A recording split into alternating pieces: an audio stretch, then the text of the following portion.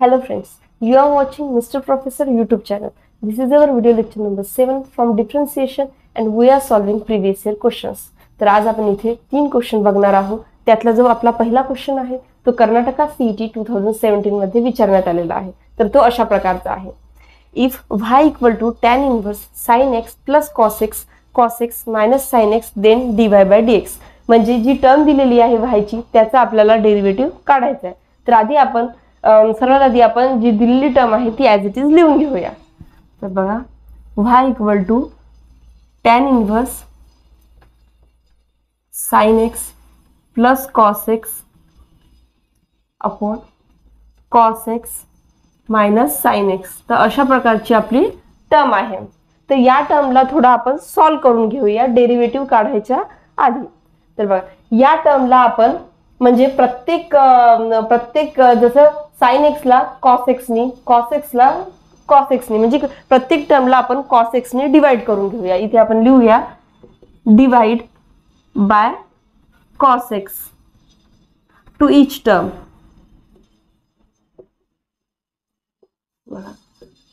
y equal to tan inverse x tan inverse. आता या sin x ला cos x ने डिवाइड केल्यानंतर आपल्याला मिळणार tan x प्लस या cos x ला cos x ने डिवाइड केल्यानंतर 1 होणार. त्याच प्रकारे या cos x ला cos x ने डिवाइड केल्यानंतर 1 होणार मायनस आणि या sin x ला cos x ने डिवाइड केल्यानंतर पुन्हा tan x होणार.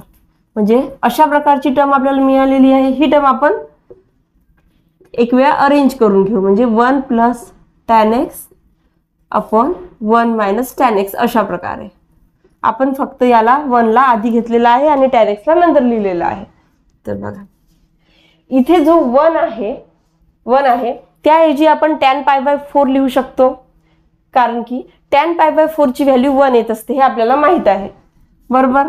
जे tan पाय बाय 4 ची व्हॅल्यू 1 असते आपल्याला ही गोष्ट माहित आहे.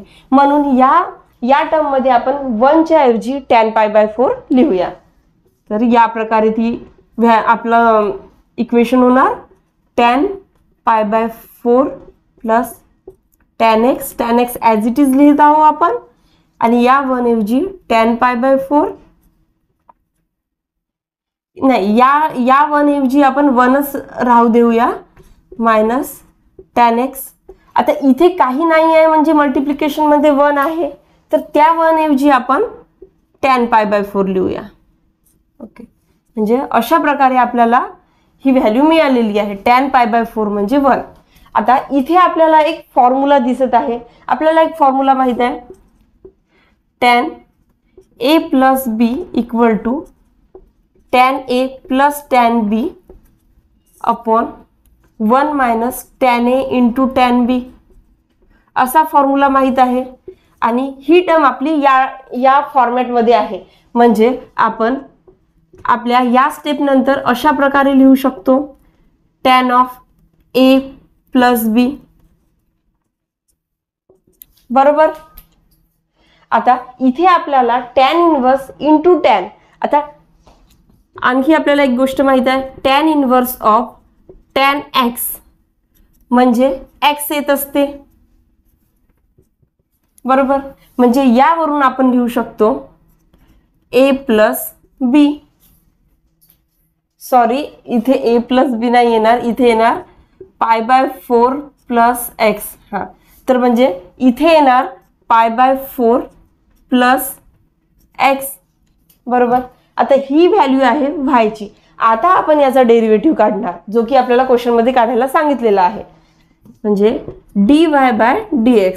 तर इथे पाय बाय 4 आहे. पाय बाय 4 ही कॉन्स्टंट आहे म्हणून याचा डेरिव्हेटिव्ह 0 येणार आणि x चा डेरिव्हेटिव्ह येतो 1 म्हणजे dy by dx equal to आपल्याला मिळालेला आहे 1 आणि 1 आपल्याला ऑप्शन नंबर डी मध्ये दिसत आहे म्हणजे option number D is the correct one. बघा इथे आपण फॉर्म्युल्याचा यूज करून या क्वेश्चनचा आन्सर काढलेला आहे त्यामुळे तुम्हाला फॉर्म्युले माहित असायला हवे. ओके तर यानंतर आपण आपला सेकंड क्वेश्चन बघूया. तर बघा तर आपला सेकंड क्वेश्चन असा आहे if y equal to tan inverse a cos x minus b sin x upon B cos X plus A sine X then dy by dx, म्हणजे इथे सुद्धा आपल्याला डेरिव्हेटिव्ह काढायला सांगितलेलं आहे.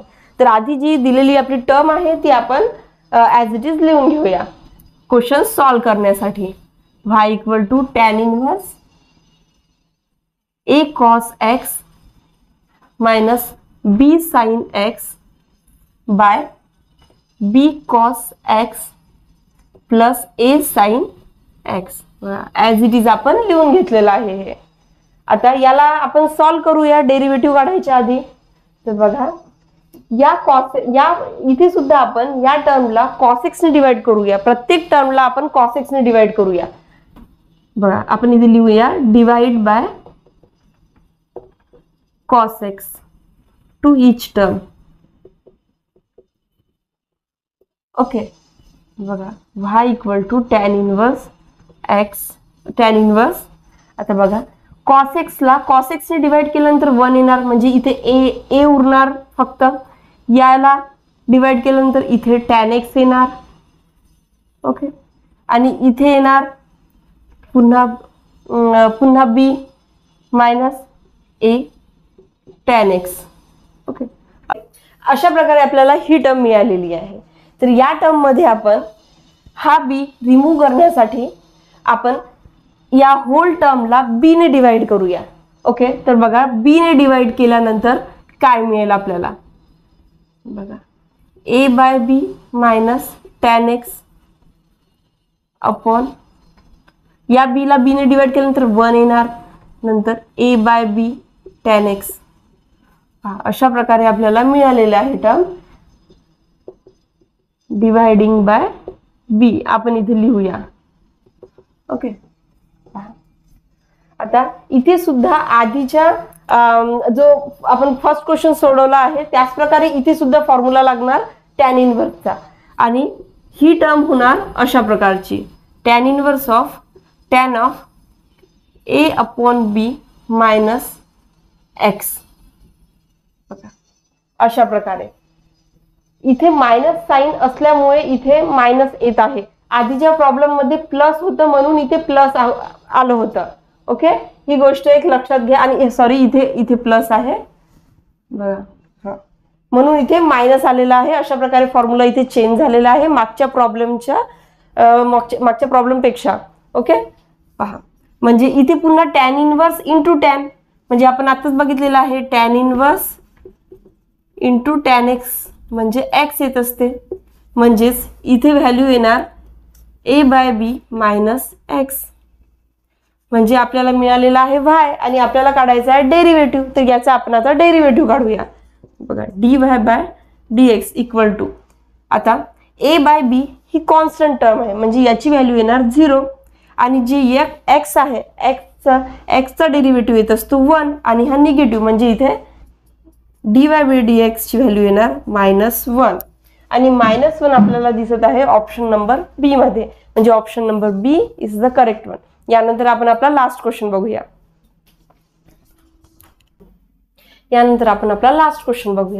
तर आपला लास्ट क्वेश्चन अशा प्रकारचा आहे. If for x belongs to 0,1/4 the derivative of tan inverse 6x root x 1 minus 9x cube is root x into G of X, then G of X equal to what. तर आपल्याला हा G of X find out करायचा आहे. तर समजा ही term आपण y म्हणून कन्सिडर करूया.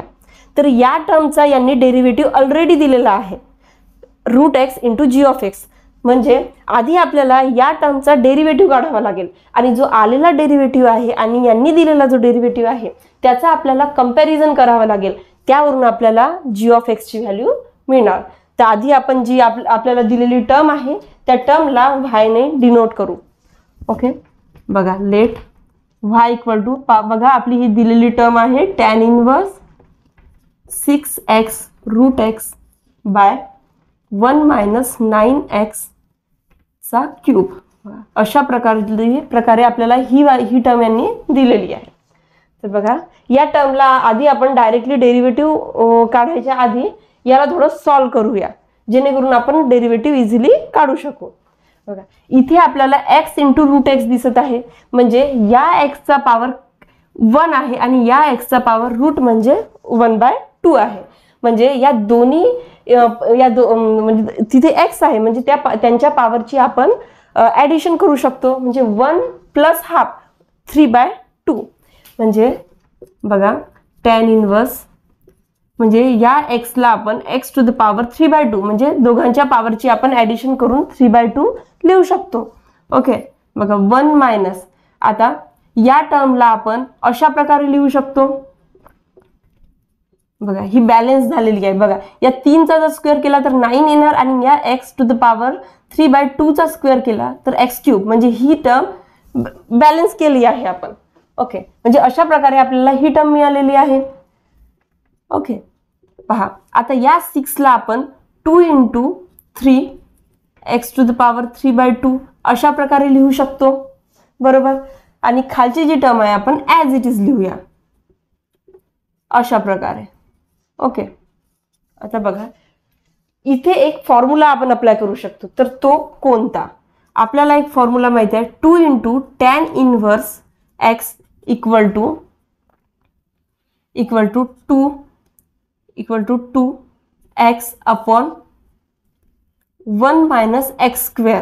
पहा अशा प्रकारचा फॉर्म्युला ट्रिग्नोमेट्रिक फॉर्म्युला आहे. हा फॉर्म्युला आपण इथे अप्लाय करू शकतो कारण की या दोन्ही टर्म सेम आहे. म्हणजे या इथे x ऐवजी आपल्याला 3x टू द पॉवर 3/2 दिलेला आहे. म्हणजे आपण याला असं लिहू शकतो 2 × tan inverse of 3x to the power 3/2. बरोबर म्हणजे आपल्याला y इक्वल टू ही टर्म मिळालेली आहे.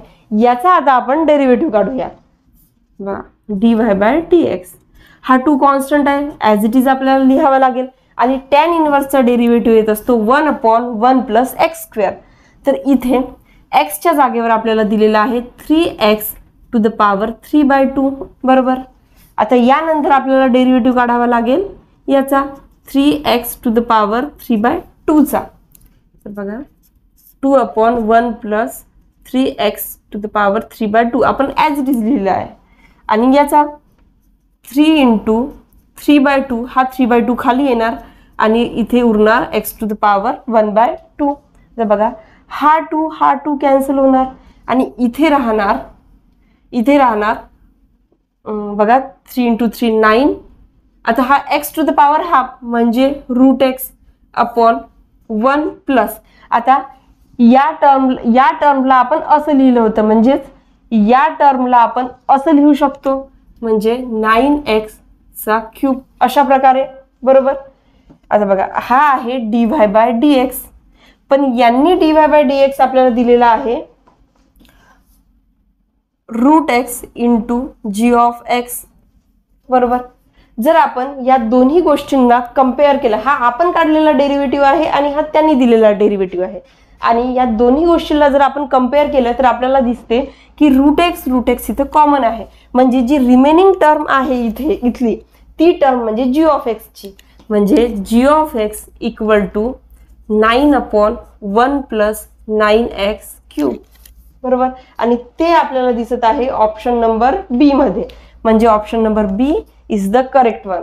तर बघा अशा प्रकारे आपण तिन्ही क्वेश्चनचे आन्सर काढलेले आहे. हे तुम्ही पॉज करून नोट डाऊन करू शकता. Thank you for watching. See you in the next video.